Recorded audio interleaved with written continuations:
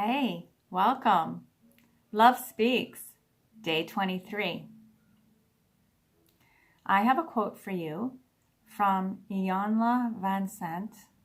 Her book is called One Day My Soul Just Opened Up.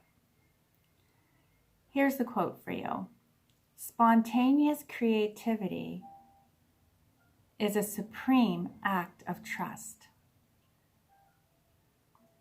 Local author and poet Vanessa Shields really enjoyed that quote, so she wrote a poem inspired by it.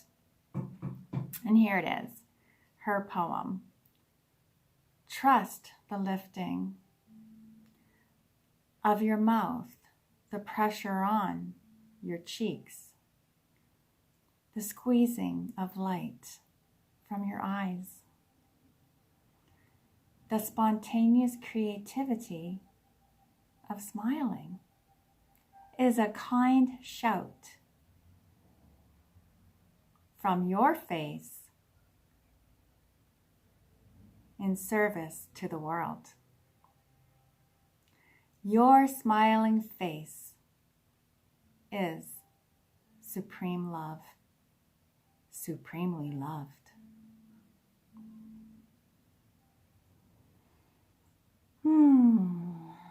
You know, after a poem with so much meaty, delicious love in it, it's important to breathe it in. Have you ever smiled at yourself in the mirror? Or giggled or made a ridiculous face to make yourself giggle? I'm sure you've done it with other people, loved ones. You know, try and make your children laugh, or your husband or your friends, and just be silly. So you're your own friend, aren't you? Look in the mirror and give yourself a big old smile. Just to lift your spirits, just to be kind, just to give yourself something beautiful from you. To say, hey, I'm thinking about you, I care about you. If giving is so great and wonderful, which it is, why not give to yourself? I remember when I had problems giving to myself. I was so good at giving to other people, and I was very generous. Finally, I became so frustrated with how I was so hooked on giving to others and neglecting myself that I decided, okay, there's a rule, and I'm committed to this rule. Every time I want to do something sweet and kind for a loved one or for a boyfriend, I'll, for example, write a love letter or something like this. Yeah, I'll do that. And the rule is I have to do the same thing for myself. So one love letter to this person, one love letter to myself. And you know, that was really a turning point for me to start paying attention to my own needs. So yesterday I was feeling pretty tired after a late night watching the film festival, the Toronto Black Film Festival. I stayed up into the wee hours of the night, and it was totally worth it.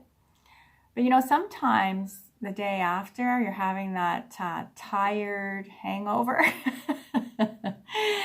and our thoughts can get really kind of in a low place, just because our mind is tired as well, right? When we haven't had the sleep that we need, or if our sleep cycle's been thrown off. And so it's important to think about things that will help. And I'm a big fan of lists. So a list of things that you love to do. For me, it's baking cookies, oatmeal raisin to be specific, or banana bread, or it's making this really lovely pan-cooked chicken dish with celery and tomato sauce. It reminds me, different herbs in there. It reminds me of a dish my mom would make when I was a kid. And so actually I chose to do that yesterday because spending time in the kitchen with my husband, with the music, doing some dancing, I totally lifted my spirits. And that was a choice, wasn't it? It was a conscious choice. I'm going to make dinner tonight. I'm going to lift my spirits by spending time in the kitchen and feeling nurtured and nourished. And I'm going to lift my spirits with music and dance.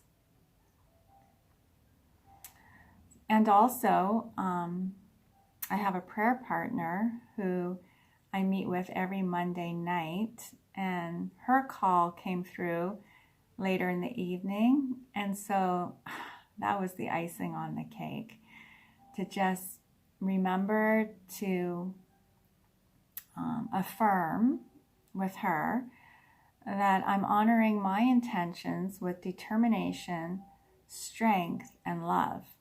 Even when I'm tired, I'm committed to loving me.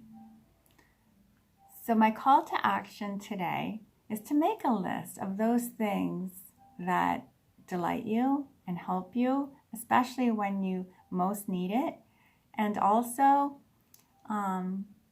connecting with support from loved ones. So ciao for now. See you tomorrow. Mwah.